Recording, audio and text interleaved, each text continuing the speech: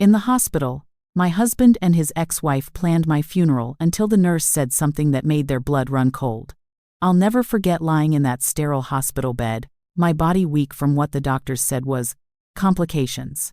Listening through the slightly open door as my husband Marcus and his ex-wife Diane laughed about where they'd scatter my ashes. They thought I was unconscious. They thought I couldn't hear them. They were wrong about a lot of things.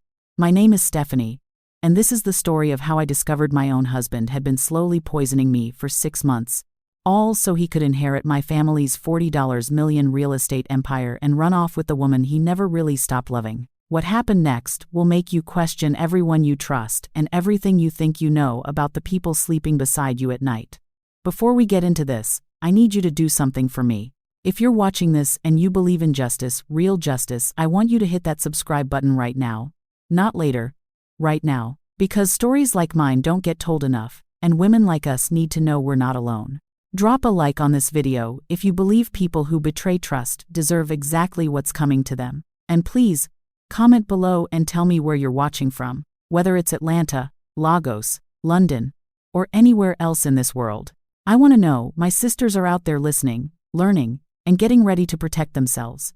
Because what I'm about to tell you could save your life the way this knowledge almost didn't save mine. Now, let's get into it. 6 months before I ended up in that hospital bed, everything seemed perfect. Marcus and I had been married for 8 years. We lived in a beautiful brownstone in Brooklyn that my grandmother had left me, part of the Johnson family real estate portfolio that had been built over 3 generations. My grandfather started with one building in Harlem in 1967. By the time my mother passed it to me, we owned 17 properties across New York worth tens of millions. Marcus came into my life at my lowest point. I'd just lost my mother to breast cancer, and I was drowning in grief and the sudden responsibility of managing an empire I'd never been trained to run. I was 31, scared, and so very alone. He was a financial consultant who'd been recommended by my mother's attorney, tall, handsome, with warm brown eyes and a smile that made you feel like everything would be okay. He helped me understand the business. He held me when I cried. He made me laugh when I thought I'd forgotten how. Within a year, we were married. I thought I'd found my soulmate, my partner, the man who would stand beside me through everything. I was so stupid. The first time I got sick, it was subtle, just feeling tired all the time. My stomach constantly upset. Headaches that wouldn't go away, no matter how much I rested.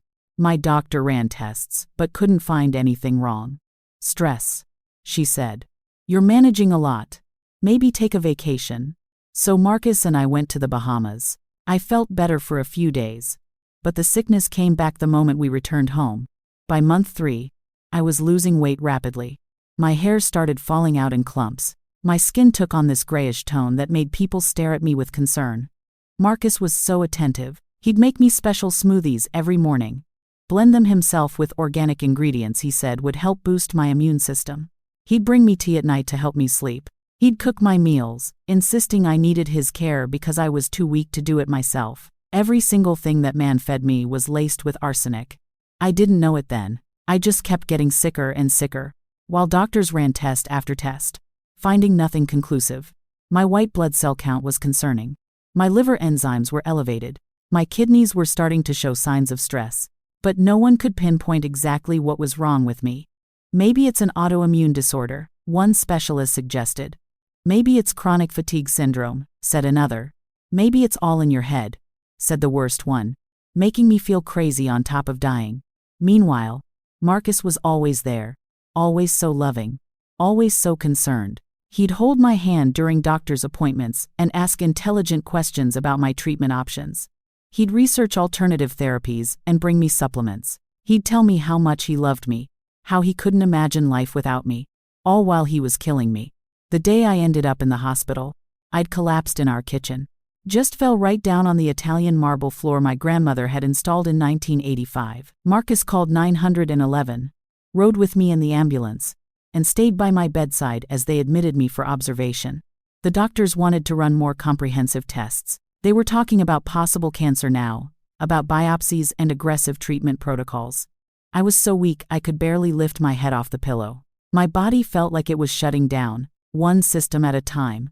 That first night in the hospital, after visiting hours ended, I drifted in and out of consciousness. The medication they'd given me made everything feel fuzzy and distant. I could hear voices in the hallway outside my room, but they seemed to float in and out like radio signals. Then I heard her voice. Diane, Marcus's ex-wife. They'd been married for 6 years before I came along. Divorced for 2 years when Marcus and I met. He'd told me it was an amicable split, that they'd simply grown apart, that there were no hard feelings. He said they barely spoke anymore except for the occasional text about dividing up the last of their shared belongings. Another lie. Is she really that bad? Diane's voice drifted through my door, which a nurse must have left slightly ajar. The doctors think she has maybe 2 weeks. Marcus replied, his voice low but clear. 3 at most. Her organs are starting to fail. I tried to move, to call out, but my body wouldn't respond. The medication had me paralyzed, trapped in my own failing flesh. God, Marcus, I can't believe we're really going to pull this off. Diane laughed, actually laughed. 8 months ago, we were eating ramen in that studio apartment, and now, we're about to own half of Brooklyn. Marcus finished. The Johnson properties alone are worth $40 million. Add in her other assets, and we're looking at close to 50. My heart, which the monitors said was already weak, felt like it stopped completely. I wanted it to be a nightmare, some fever dream brought on by whatever was killing me. But their voices were too clear, too real. When did you start? Diane asked. About a month after her mother died, Marcus said casually, like he was discussing when he'd started a new exercise routine. She was so grief-stricken, so vulnerable. It was perfect timing, really. She trusted me completely. And no one suspected. Why would they? I'm the devoted husband. I'm at every doctor's appointment, asking all the right questions, showing all the right concern. Meanwhile, I'm just adjusting the dosage to keep her sick enough to die but not so sick that anyone tests for poisoning. Diane giggled. Actually giggled. You're brilliant, baby. I knew taking you back was the right choice. Taking him back. So they'd been together this whole time. Our entire marriage had been a lie. A long con designed to steal everything my family had built over 3 generations. The funeral should be simple, Marcus continued. She always said she wanted to be cremated. We'll do a small service, very tasteful. Then we'll sell the brownstone first. That'll bring in at least $12 million. The other properties we can liquidate over the next year. And then Bali? Diane asked, her voice dreamy. And then anywhere we want. Baby. Anywhere in the world. I heard them kiss, heard Diane's soft moan, and felt bile rise in my throat, though whether from the poison or the betrayal. I couldn't tell. I should go, Diane said. Don't want anyone asking questions about why your ex-wife is visiting. Come by tomorrow night, Marcus replied. Same time. She'll probably be even more out of it by then. We can start planning the service. Their footsteps faded down the hallway, and I lay there in the dark, tears sliding silently down my temples into my hairline. Every cell in my body felt like it was screaming, but I couldn't make a sound. I couldn't move. I couldn't do anything except lie there and process the fact that the man I'd loved, the man I'd trusted with everything, had spent 6 months slowly murdering me. For money. For his ex-wife. For a life in Bali. I don't know how long I lay there like that, trapped between consciousness and medication-induced paralysis. It could have been minutes or hours. Time had stopped meaning anything. My whole life had stopped meaning anything. Then I heard new footsteps. Softer. Quicker. The door to my room opened, and a figure appeared at my bedside. Mrs. Johnson? A woman's voice said quietly. Mrs. Johnson, can you hear me? I managed the smallest sound, barely a whisper. My name is Teresa. I'm the night shift nurse. I need you to listen to me very carefully. And I need you to trust me. She leaned closer, and I could smell her perfume, something floral and comforting. I heard them. I heard everything your husband and that woman said in the hallway. My eyes must have widened because she nodded. I was at the nurse's station right around the corner. They thought they were alone. But I heard every word. Her voice was steady, calm, professional. Mrs. Johnson, I think someone has been poisoning you.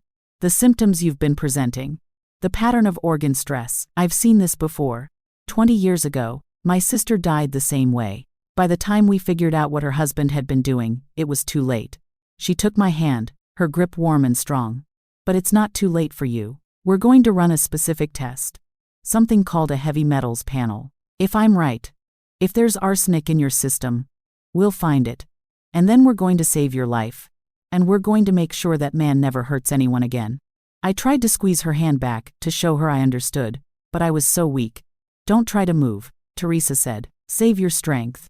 I'm going to talk to Dr. Harrison right now. He's the attending tonight. And he's good people. We're going to run this test as a routine screening without telling your husband. As far as anyone knows, we're just being thorough. She patted my hand gently.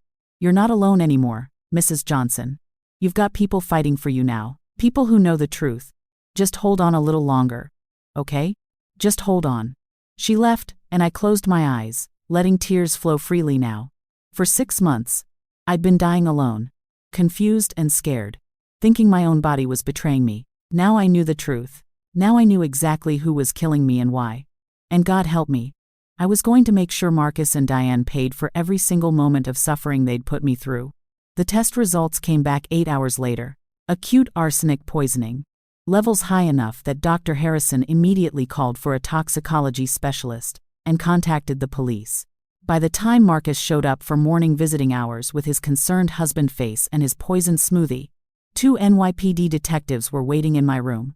But I'm getting ahead of myself. Let me tell you exactly how it all unfolded. How justice came for the man who thought he could murder his way to millions. And how his ex-wife learned that some plans backfire in the most spectacular ways possible. When Dr. Harrison came into my room at 6 in the morning, his face was grim. Teresa was with him, along with another doctor. I didn't recognize, a woman in her 50s with sharp eyes and a no-nonsense expression. Mrs. Johnson. Dr. Harrison said, this is Dr. Patricia Keene. She's a toxicologist from Mount Sinai. We ran the heavy metals panel that Teresa suggested, and… He paused, seeming to struggle with his words. Mrs. Johnson, you have extremely high levels of arsenic in your system. Levels consistent with chronic poisoning over an extended period. Even though I'd heard Marcus and Diane confess it all, hearing the medical confirmation felt like being punched. The poison was real. The attempted murder was real. Everything I'd suspected in those dark hours was absolutely, devastatingly real. We've already contacted the NYPD, Dr. Keene said. They're sending detectives from the Special Victims Unit. But more importantly right now, we need to start chelation therapy immediately. We need to bind the arsenic in your system and flush it out before it causes any more organ damage. Teresa leaned close to me. You're going to make it, Mrs. Johnson. You're going to survive this. The chelation therapy started within the hour. They pumped me full of something called DMSA that would supposedly grab onto the arsenic molecules and help my body eliminate them. It made me feel even sicker at first, nauseous, dizzy, my head pounding like someone was using a hammer inside my skull. But I stayed conscious this time, alert, because I needed to see Marcus's face when the detectives confronted him. The police arrived at 8:30. Detectives Rachel Morrison and James Chen, both looking tired but focused. They asked me questions while a technician set up recording equipment. I told them everything, my voice weak but steady. About how Marcus had come into my life. How he'd married me. How I'd gotten progressively sicker. How I'd heard him and Diane planning my funeral. Discussing my assets like I was already dead and buried. We'll need to test everything in your home, Detective Morrison said. Food, drinks, medications, supplements. We'll need to examine your financial records too. See if there's been any suspicious activity. And we need to catch them in the act. Detective Chen added. We have your testimony about what you overheard. But a good defense attorney could argue you were medicated and confused. We need concrete evidence. That's when Teresa spoke up. They're coming back tonight. The husband told the ex-wife to return at the same time, to continue planning the funeral. If they think Mrs. Johnson is still unconscious and dying, they'll talk freely again. Detective Morrison's eyes lit up. How do you feel about wearing a wire, Mrs. Johnson? I managed a smile. The first real smile I'd felt in months. I feel like justice is about to be served. The rest of the day moved in a strange blur. The chelation therapy continued, and with each hour, I felt incrementally stronger. My head cleared. My body, while still weak, didn't feel quite so much like it was shutting down. Dr. Keene said I was lucky. Another week or two of poisoning and the damage to my organs might have been irreversible. Lucky. That's what surviving your husband's murder attempt makes you, apparently. Lucky. The police set up surveillance in my room. Tiny cameras hidden in the medical equipment, microphones disguised as part of the monitors. They moved me to a private room at the end of the hall where they could control who came and went. Everything had to look natural, normal, like I was just another dying patient in another hospital room. Detective Morrison coached me on what to do. Stay still, keep your eyes closed most of the time. If they touch you or talk to you, don't respond. Let them think the medication has you completely out of it. And Mrs. Johnson, if at any point you feel unsafe, if you think they might try to finish the job right there in the hospital, you signal us immediately. She showed me a panic button they'd hidden under my blanket, connected to a silent alarm that would bring officers rushing in within seconds. Marcus arrived at 6 p.m., right at the start of visiting hours. I heard him at the nurse's station. That concerned husband voice he'd perfected over the past 6 months. How is she doing? Any changes?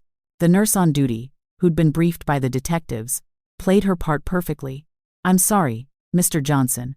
She's been unconscious most of the day. The doctors are saying it's just a matter of time now. Maybe a few days at most. I heard his sharp intake of breath, the sound of someone receiving devastating news.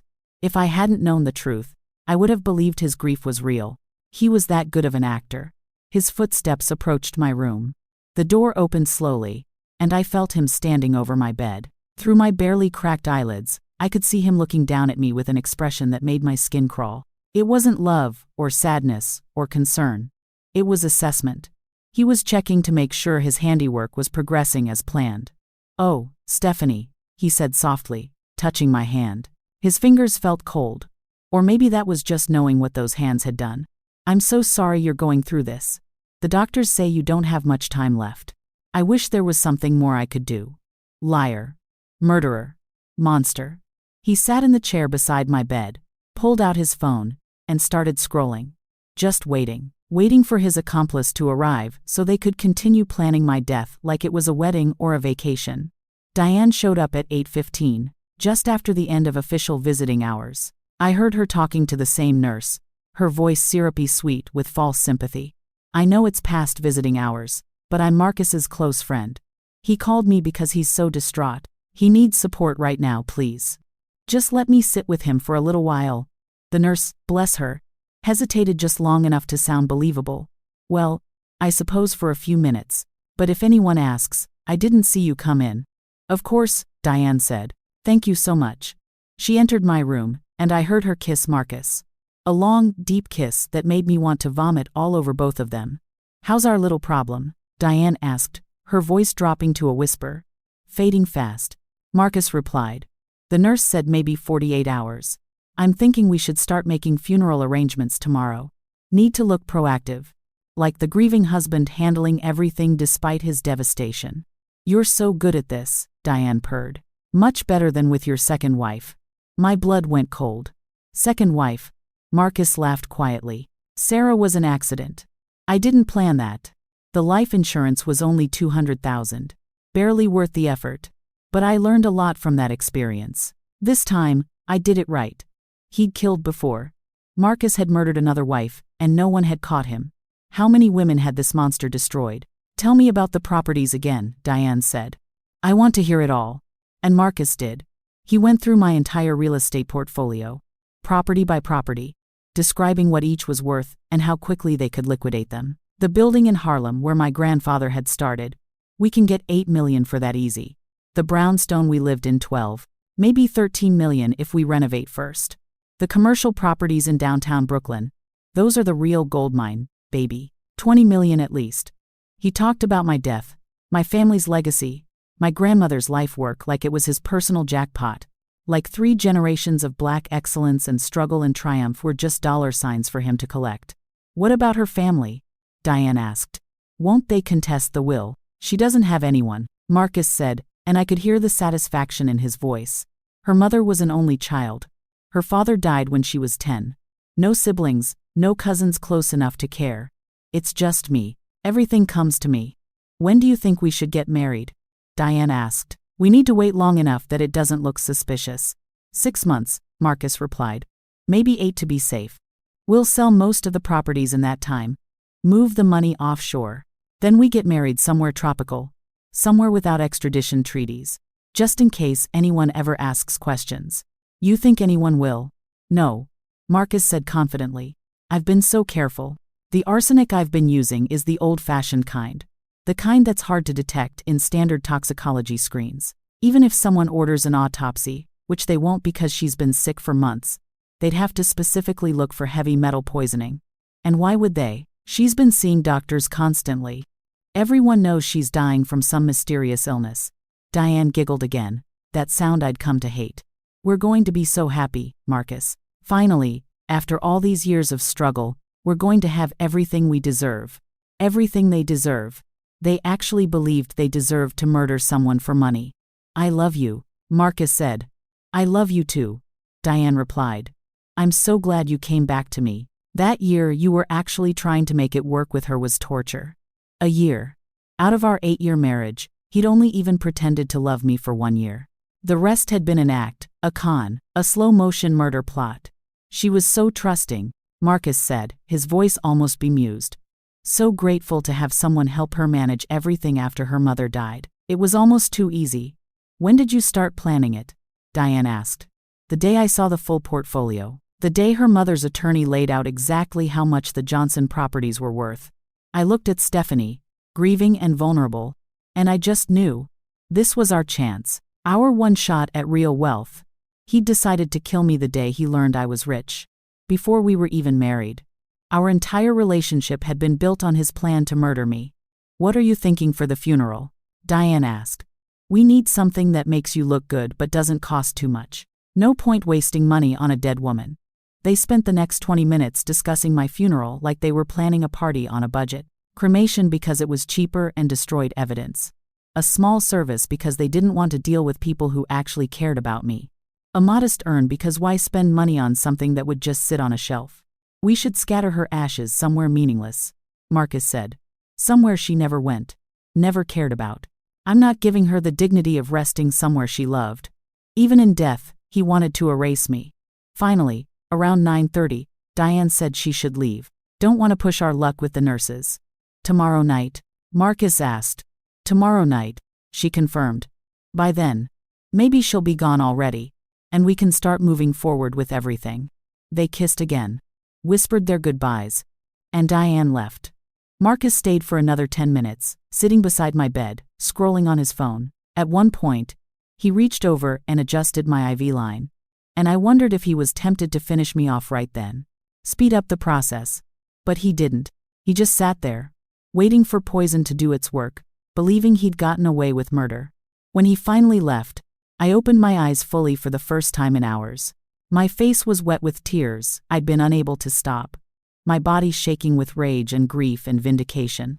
Detective Morrison appeared in the doorway immediately. Detective Chen right behind her. We got it all, Morrison said quietly. Every word, every confession, every detail. We've got him, Mrs. Johnson. We've got both of them. I looked at her, this woman I'd known for less than 12 hours, and whispered, what happens now? She smiled, and it was fierce and satisfied.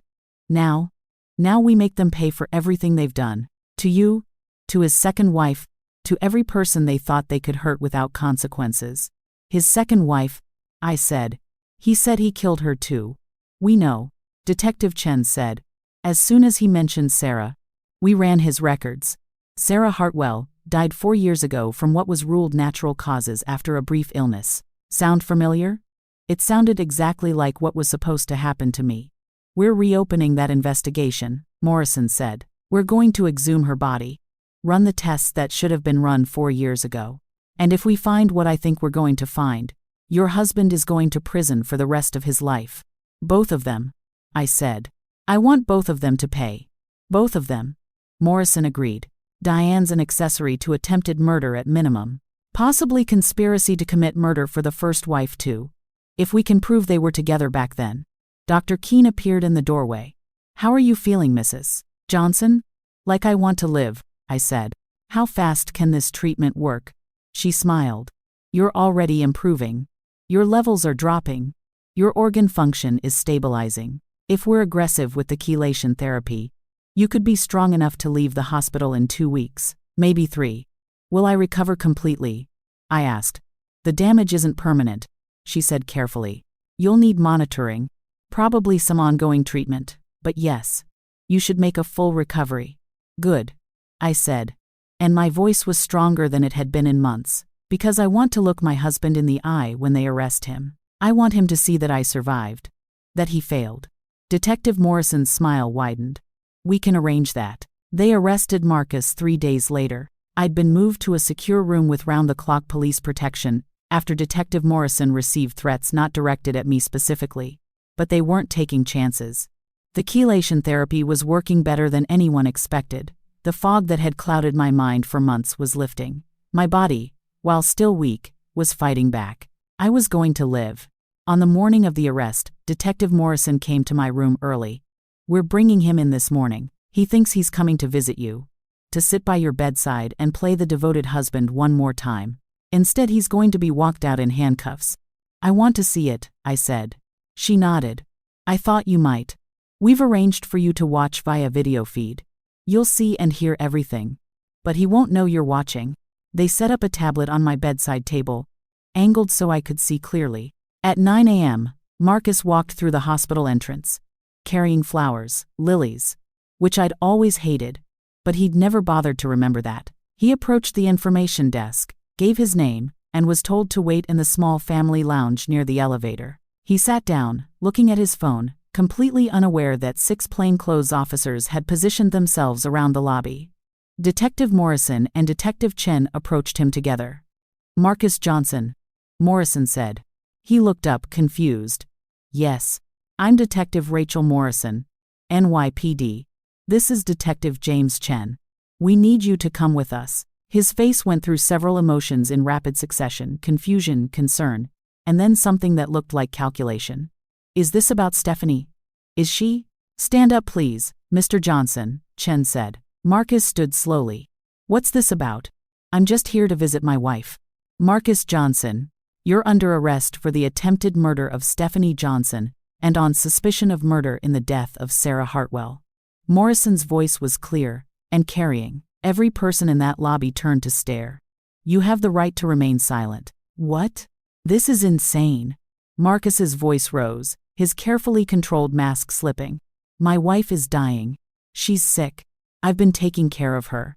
You've been poisoning her, Chen said flatly, pulling Marcus's arms behind his back. The handcuffs clicked into place with a sound that was deeply, deeply satisfying. With arsenic. For approximately 6 months. Marcus's face went pale. That's impossible. You can't prove. We have her blood work, Morrison said. We have video and audio of you and Diane Crawford discussing her murder. We have the arsenic we found in your home kitchen, hidden in a container labeled protein powder. We have your purchase history for arsenic-based rat poison. And we have your confession about Sarah Hartwell. I watched Marcus's world collapse in real time.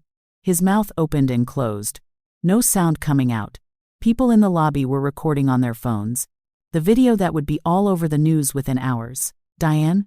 He finally managed. Where's Diane? She's being arrested at her apartment right now, Chen said. She's going down for conspiracy and accessory to attempted murder. They walked him toward the exit, and as they passed the security cameras, Marcus looked directly into one of them. For a moment, I wondered if he somehow knew I was watching, if he could feel my eyes on him, could sense that his victim had survived. Then he looked away, and they pushed him through the doors into a waiting police car. I sat back against my pillows, watching the tablet go dark, and felt something break loose in my chest. Not pain this time, but relief. Pure, overwhelming relief. He's going to prison, I whispered. Teresa, who'd been standing quietly in the corner, came to my bedside. Yes, he is. For a very long time. The trial took 8 months to start. During that time, I recovered fully. The doctors said it was remarkable how quickly my body bounced back once the poisoning stopped. By the end of the first month, I could walk again.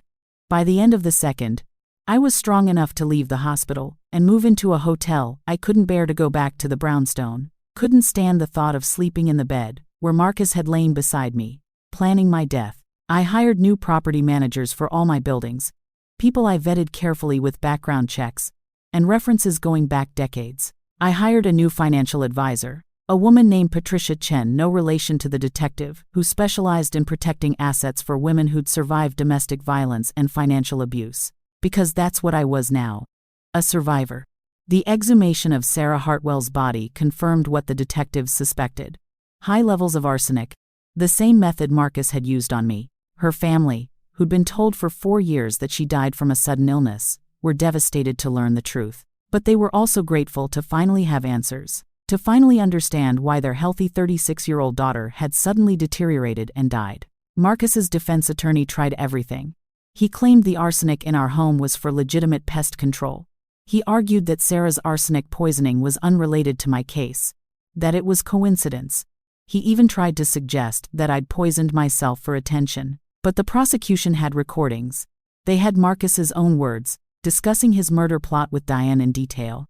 They had his confession about Sarah. They had his purchase history, his financial motive, and most importantly, they had me alive, recovered, and ready to testify. I sat in that courtroom every single day of the trial. I wore my best clothes, did my makeup carefully, made sure I looked healthy and strong. I wanted Marcus to see exactly what his failure looked like. Diane tried to cut a deal, offering to testify against Marcus in exchange for a lighter sentence. The prosecution accepted, and she took the stand looking small and scared. Nothing like the confident woman I'd heard planning my funeral. How long had you and Marcus been planning to kill Stephanie Johnson? The prosecutor asked. Diane's voice was barely above a whisper. Since before they got married. He came back to me after he met her, told me about her money. We started planning it then. And Sarah Hartwell? Did you know about her murder? Yes, Diane admitted, tears streaming down her face. I helped him research the right dosage. I made sure no one suspected anything. I thought. She broke down completely. I thought we were going to be together. I thought we were going to be happy. Instead, she was going to prison for 25 years. When it was my turn to testify, I walked to the stand with my head high. Marcus stared at me like he was seeing a ghost, and in a way, he was. I was the woman who was supposed to be dead, who was supposed to be ashes scattered somewhere he'd deemed meaningless. Instead, I was here. I was alive. And I was about to destroy him. The prosecutor asked me to describe my marriage, my illness, the night I overheard Marcus and Diane. I told the truth. All of it.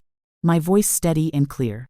When the defense attorney tried to suggest I'd been too medicated to accurately remember the conversation, I looked directly at Marcus and recited his exact words. He said, about a month after her mother died. She was so grief-stricken, so vulnerable. It was perfect timing, really. I paused. He said I was too easy to manipulate. That I trusted him completely. He was right about that. I did trust him. Right up until I heard him planning my funeral. The jury convicted Marcus on all counts. Attempted murder. First-degree murder for Sarah Hartwell. Fraud. Conspiracy. The judge sentenced him to life in prison without the possibility of parole. When they read the verdict, Marcus finally looked at me. Really looked at me. Not through me or past me, but at me. And I smiled. Not a cruel smile. Not a triumphant smile. Just a smile that said, I survived. You lost. And I'm going to live the life you tried to steal from me. After the trial, I sold the brownstone. I couldn't keep it. Couldn't live with the memories of what had happened there. I used the money to establish the Sarah Hartwell Foundation, dedicated to supporting women who'd survived domestic violence and helping fund research into recognizing and treating arsenic poisoning. I kept the rest of my properties, but I hired a full management team to run them. I wasn't going to let my family's legacy be destroyed by what Marcus had done. Instead, I was going to build on it, make it stronger, make it mean something beyond just money. 6 months after the trial ended, I was having coffee in a cafe in Brooklyn when a woman approached my table. She was young, maybe 25, with nervous eyes. Mrs. Johnson, she said, I'm sorry to bother you, but I wanted to thank you. Thank me. My boyfriend, she said, her voice shaking slightly. He's been so controlling, so careful about what I eat and drink. I kept getting sick, kept feeling worse. Then I saw your story on the news. I went to the doctor and asked them to test me for heavy metals. My heart stopped. And? Arsenic. This response paused because Claude reached its max length for a message. She said. Not as much as you had, but enough. He'd been poisoning me for 3 months. Because of you. Because you came forward and told your story. I figured it out in time. The police arrested him last week. I stood up and hugged her. This stranger who'd survived because I'd survived. Because I'd been brave enough to tell the truth. "What's your name?" I asked. "Michelle," she said. "Michelle, you're going to be okay," I told her. "You're going to survive this. And you're going to build a life so beautiful that he'll regret ever thinking he could destroy you." She nodded, tears in her eyes. "That's what you did, right?" "That's exactly what I did." After she left, I sat back down and looked out the window at the Brooklyn street. People walked by, living their lives, completely unaware of the monsters that sometimes slept beside them. But some of them would be more careful now. Some of them would see the signs. Some of them would survive because I'd survived. That night, I went back to my new apartment, a beautiful loft in Dumbo, with floor-to-ceiling windows, overlooking the East River. I poured myself a glass of wine, walked out onto my balcony, and looked at the city lights reflecting off the water. My phone buzzed. A text from Detective Morrison. "Just saw the news about the case in Queens. That's the 4th woman who's come forward this year because of your story. You're saving lives, Stephanie." I smiled and typed back. "We all are. Every woman who speaks up saves the next one. Because that's the truth that Marcus and men like him will never understand. When you try to destroy a woman, when you try to poison her body and steal her legacy, and erase her from the world, you don't just hurt her. You hurt every woman who comes after her. But when she survives, when she fights back, when she stands up and tells the truth no matter how painful it is, she doesn't just save herself, she saves all of us." My name is Stephanie Johnson. I'm 39 years old. I'm a real estate mogul, a foundation founder, and a survivor. My husband tried to kill me for my money. His ex-wife helped him plan it. They thought I was weak. They thought I was easy prey. They thought no one would ever know what they'd done. They were wrong about everything. And now, I wake up every single morning in my beautiful apartment, managing my properties, running my foundation, living my life exactly how I want to live it. I eat what I want without fear. I drink what I want without suspicion. I sleep peacefully knowing that the monsters who tried to hurt me are locked away where they can never hurt anyone else. Some people say I should be angry, that I should be bitter about the years Marcus stole from me, about the permanent damage the poison did to my kidneys, about the trust I'll never fully be able to give another person. But I'm not angry. I'm grateful. Grateful that Teresa heard them in that hallway. Grateful that the doctors ran the right tests. Grateful that I survived when Sarah Hartwell didn't. And I'm using that gratitude to build something Marcus and Diane never could, a legacy based on truth, justice, and helping others survive the monsters in their own lives. That's the real revenge. Not their prison sentences. Not their public humiliation. Not even their complete loss of freedom. The real revenge is that I'm still here. I'm thriving. And I'm making sure their attempt to destroy me backfires so completely that their names will forever be associated with failure. So, if you're watching this, and you're in a situation that doesn't feel right, if you're getting sick and no one can figure out why, if someone in your life seems just a little too interested in your assets and a little too dismissive of your health, trust your instincts. Get tested. Ask questions. Protect yourself.